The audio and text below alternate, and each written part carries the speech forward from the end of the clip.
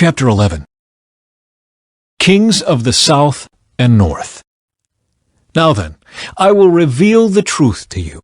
3 more Persian kings will reign, to be succeeded by a 4th, far richer than the others. He will use his wealth to stir up everyone to fight against the kingdom of Greece.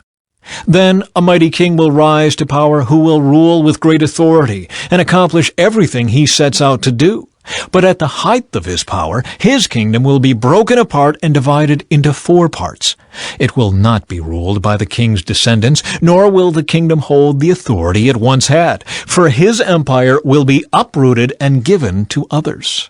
The king of the south will increase in power, but one of his own officials will become more powerful than he, and will rule his kingdom with great strength. Some years later, an alliance will be formed between the king of the north and the king of the south. The daughter of the king of the south will be given in marriage to the king of the north to secure the alliance, but she will lose her influence over him, and so will her father. She will be abandoned along with her supporters. But when one of her relatives becomes king of the south, he will raise an army and enter the fortress of the king of the north and defeat him. When he returns to Egypt, he will carry back their idols with him, along with priceless articles of gold and silver. For some years afterward, he will leave the king of the north alone. Later, the king of the north will invade the realm of the king of the south, but will soon return to his own land. However, the sons of the king of the north will assemble a mighty army that will advance like a flood and carry the battle as far as the enemy's fortress. Then, in a rage, the king of the south will rally against the vast forces assembled by the king of the north and will defeat them. After the enemy army is swept away, the king of the south will be filled with pride and will execute many thousands of his enemies. But his success will be short-lived. A few years later, the king of the north will return with a fully equipped army far greater than before. At that time, there will be a general uprising against the king of the south. Violent men among your own people will join them in fulfillment of this vision, but they will not succeed. Then the king of the north will come and lay siege to a fortified city and capture it. The best troops of the south will not be able to stand in the face of the onslaught. The king of the north will march onward, unopposed. None will be able to stop him. He will pause in the glorious land of Israel, intent on destroying it. He will make plans to come with the might of his entire kingdom and will form an alliance with the king of the south. He will give him a daughter in marriage in order to overthrow the kingdom from within. But his plan will fail. After this, he will turn his attention to the coastland and conquer many cities. But a commander from another land will put an end to his insolence and cause him to retreat in shame. He will take refuge in his own fortresses, but will stumble and fall and be seen no more. His successor will send out a tax collector to maintain the royal splendor. But after a very brief reign, he will die, though not from anger or in battle.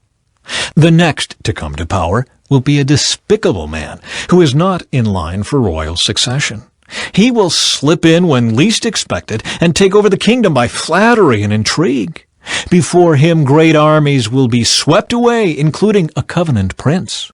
With deceitful promises, he will make various alliances. He will become strong despite having only a handful of followers. Without warning, he will enter the richest areas of the land. Then he will distribute among his followers the plunder and wealth of the rich, something his predecessors had never done. He will plot the overthrow of strongholds, but this will last for only a short while. Then he will stir up his courage and raise a great army against the king of the south. The king of the south will go to battle with a mighty army, but to no avail. For there will be plots against him. His own household will cause his downfall. His army will be swept away, and many will be killed. Seeking nothing but each other's harm, these kings will plot against each other at the conference table, attempting to deceive each other. But it will make no difference, for the end will come at the appointed time. The king of the north will then return home with great riches. On the way, he will set himself against the people of the Holy Covenant, doing much damage before continuing his journey. Then, at the appointed time, he will once again invade the south, but this time the result will be different. For warships from western coastlands will scare him off, and he will withdraw and return home. But he will vent his anger against the people of the Holy Covenant and reward those who forsake the covenant. His army will take over the temple fortress, pollute the sanctuary, put a stop to the daily sacrifices, and set up the sacrilegious object that causes desecration. He will flatter and win over those who have violated the covenant. But the people who know their God will be strong and will resist him. Wise leaders will give instruction to many, but these teachers will die by fire and sword, or they will be jailed and robbed. During these persecutions, little help will arrive, and many who join them will not be sincere. And some of the wise will fall victim to persecution. In this way, they will be refined and cleansed and made pure until the time of the end, for the appointed time is still to come. The king will do as he pleases, exalting himself and claiming to be greater than every god, even blaspheming the God of gods. He will succeed, but only until the time of wrath is completed. For what has been determined will surely take place. He will have no respect for the gods of his ancestors, or for the God loved by women, or for any other god, for he will boast that he is greater than them all. Instead of these, he will worship the God of fortresses, a God his ancestors never knew, and lavish on him gold, silver, precious stones, and expensive gifts. Claiming this foreign god's help, he will attack the strongest fortresses. He will honor those who submit to him, appointing them to positions of authority, and dividing the land among them as their reward. Then, at the time of the end, the king of the south will attack the king of the north. The king of the north will storm out with chariots, charioteers, and a vast navy. He will invade various lands and sweep through them like a flood. He will enter the glorious land of Israel, and many nations will fall. But Moab, Edom, and the best part of Ammon will escape. He will conquer many countries, and even Egypt will not escape. He will gain control over the gold, silver, and treasures of Egypt, and the Libyans and Ethiopians will be his servants. But then news from the east and the north will alarm him, and he will set out in great anger to destroy and obliterate many. He will stop between the glorious holy mountain and the sea, and will pitch his royal tents. But while he is there, his time will suddenly run out, and no one will help him. Chapter 12. The time of the end. At that time, Michael the archangel, who stands guard over your nation, will arise. Then there will be a time of anguish, greater than any since nations first came into existence. But at that time, every one of your people whose name is written in the book will be rescued. Many of those whose bodies lie dead and buried will rise up, some to everlasting life, and some to shame and everlasting disgrace.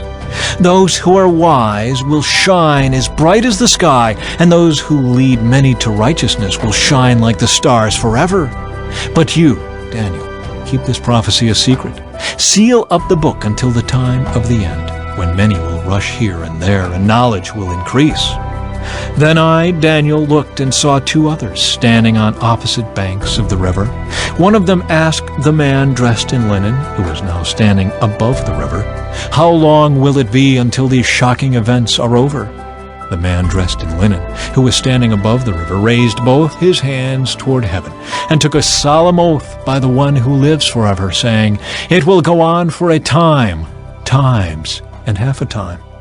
When the shattering of the holy people has finally come to an end, all these things will have happened." I heard what he said, but I did not understand what he meant. So I asked, "How will all this finally end, my lord?" But he said, "Go now, Daniel, for what I have said is kept secret and sealed until the time of the end. Many will be purified, cleansed, and refined by these trials. But the wicked will continue in their wickedness, and none of them will understand. Only those who are wise will know what it means. From the time the daily sacrifice is stopped, and the sacrilegious object that causes desecration is set up to be worshipped, there will be 1,290 days. And blessed are those who wait and remain until the end of the 1,335 days. As for you, go your way until the end. You will rest. And then at the end of the days you will rise again to receive the inheritance set aside for you.